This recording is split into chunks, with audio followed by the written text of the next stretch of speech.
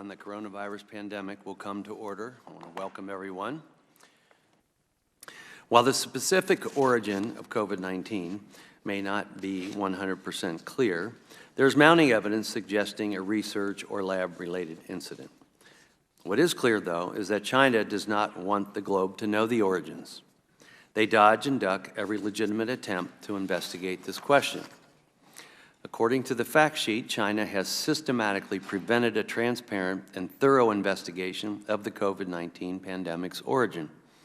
According to the ODNI report, China has hindered global investigations, resisted sharing information, and reported to blaming other countries, including the United States. Documents from ODNI, understanding all the appropriate... While our scientists and intelligence communities continue their investigations, it is crucial that we empower them to do so without extreme partisan rhetoric or political biases that cherry-pick evidence to push a partisan political narrative that vilify public health leaders.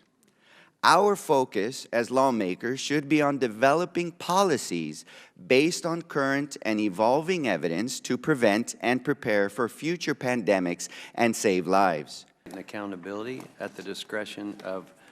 My informed assessment, as a person with as much access as anyone to our government's intelligence during the initial year of the pandemic, has been and continues to be that a lab leak is the only explanation credibly supported by our intelligence, by science, and by common sense.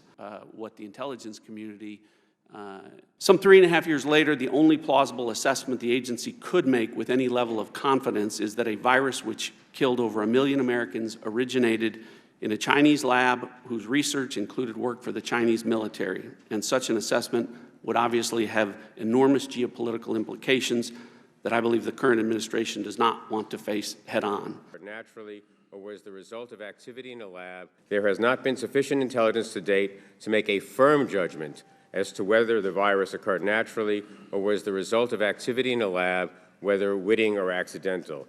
For being here today.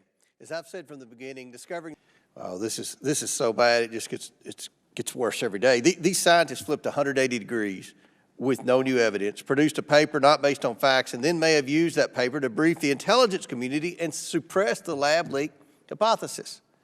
This is a how-to manual in orchestrating a cover-up by using some of the most powerful and influential institutions in our country.